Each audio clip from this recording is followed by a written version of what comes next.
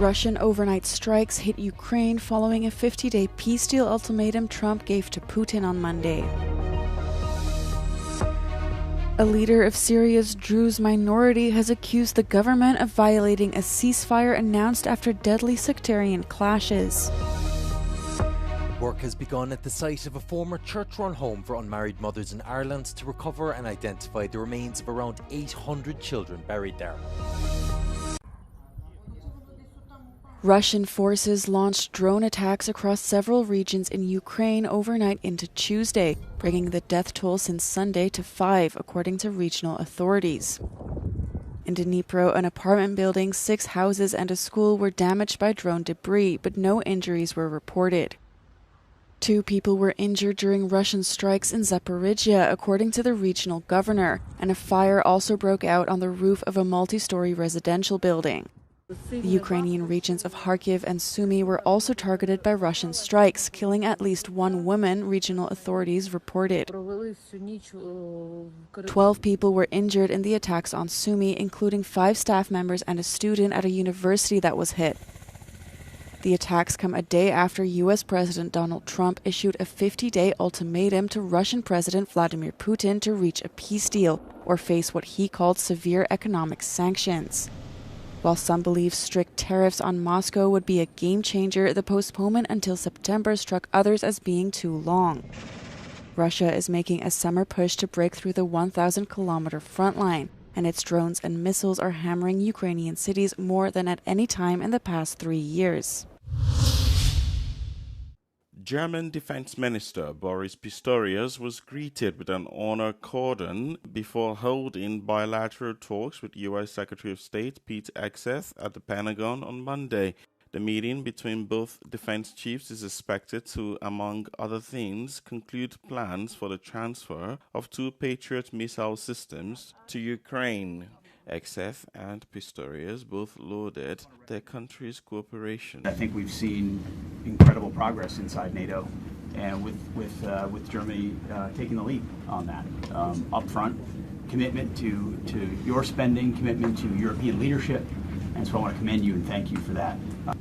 Let me assure you once more, Germany will continue to play a strong role and a reliable role in the alliance.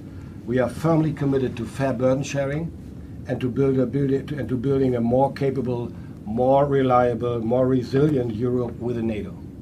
The meeting came after U.S. President Donald Trump on Monday announced his intention to sell Patriot weapon systems for Ukraine to European allies, including Germany. Germany has already donated 3 of its own Patriot units to Kyiv, retaining 9 systems.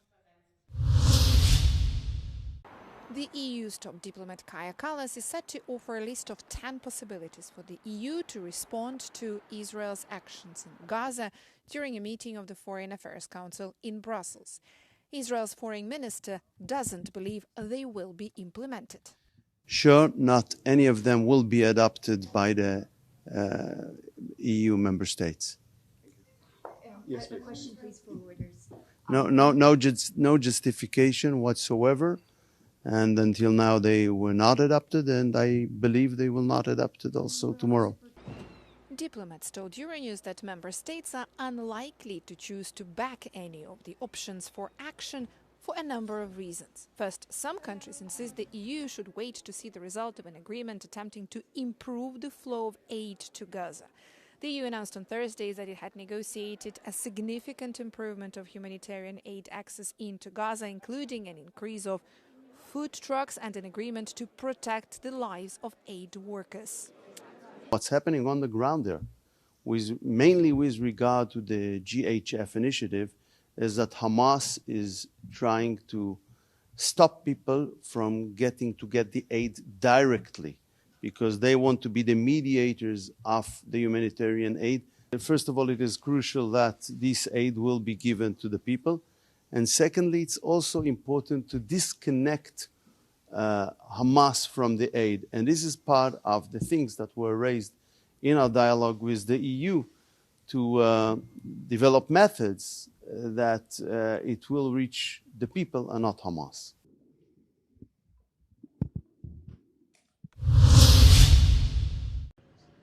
The Gaza Strip is experiencing further deterioration in its already near-collapsed health system. 37% of critical medicine and 59% of medical supplies have been depleted as a result of the crippling blockade Israel imposed on the enclave. This has driven many Palestinians to black and unregulated markets. هي يعني ظاهرة سيئة أثرت كتير على مبيعات الأدوية في الصيدليات، توفر الأصناف، على استعمال الأدوية حتى مع الأشخاص. مثلا المريض بروح باخد أدوية من برا، ما بعرف استخدامها ولا بعرف طريقتها، بس إنه بدي يشتري دواء. The health ministry has urged against purchasing medicine from non-authorized entities, warning it poses a grave risk on their lives. بعض الزبائن بيكونوا حصلوا على الدواء من الأماكن هذه اللي غير متخصصين فيها، بيكون الدواء خاطئ أحيانا أو منتهي تاريخ صلاحيته أو طريقة التخزين سيئة، وأحيانا بيصيروا ينصحوهم عن نصائح غير طبية. These drugs are often stored and sold under unsanitary conditions and have in the past caused medical emergencies.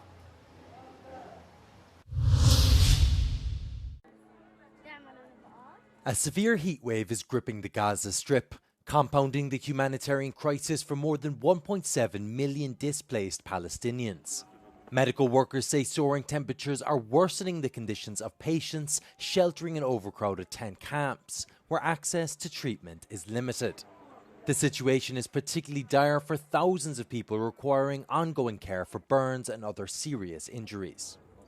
بسبب الصيف يعني بسبب الشوب، قلت أنا لو في السقعة أنا بتألمش في الليل، باخذ علاجي وبنام. اليوم أنا بدي علاج أقوى وجرعة أكتر، ما فيش في السوق، ما فيش في Doctors say survival rates are falling as they struggle with limited medical supplies.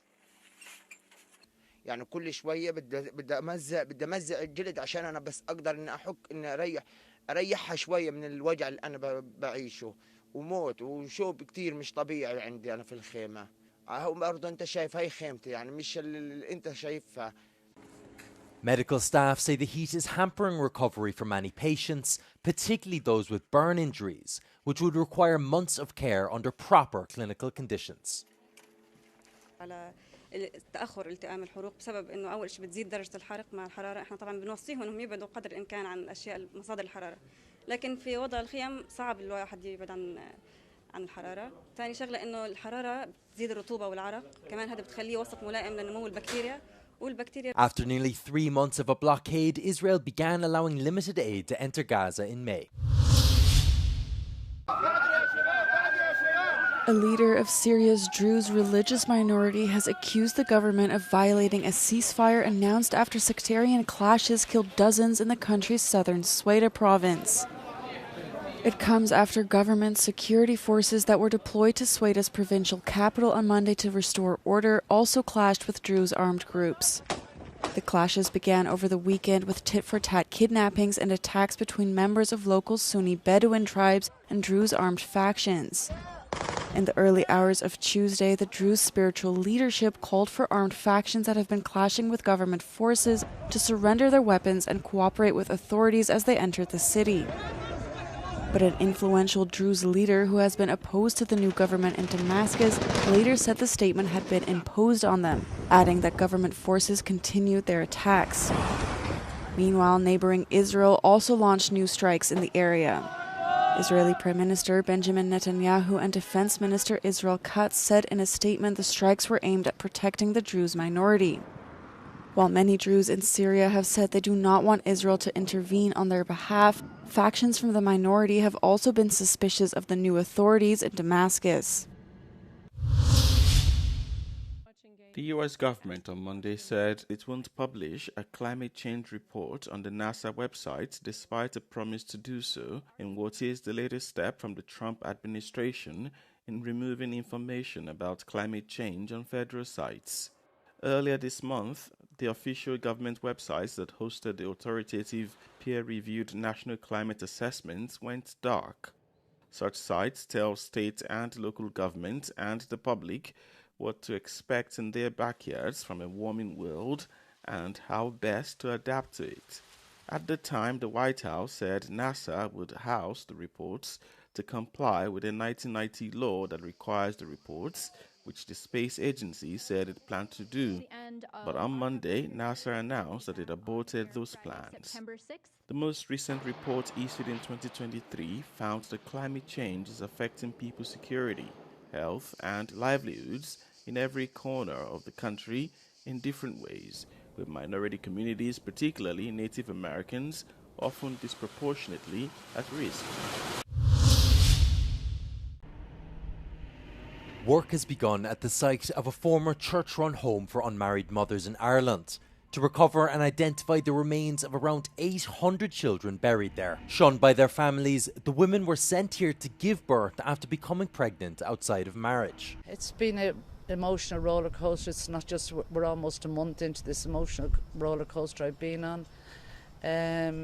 Today, I consider, I said it last week as well, it's a small light at the end of a very long tunnel. And hopefully Tuam will be the expose. 9,000 children were listed as dead in the Commission report. Tuam is only the tip of the iceberg, and I always believe if we can get Tuam right, everything else should follow. Tens of thousands of Irish women were sent to so-called mother and baby homes during the 20th century and were often forced to give up their children.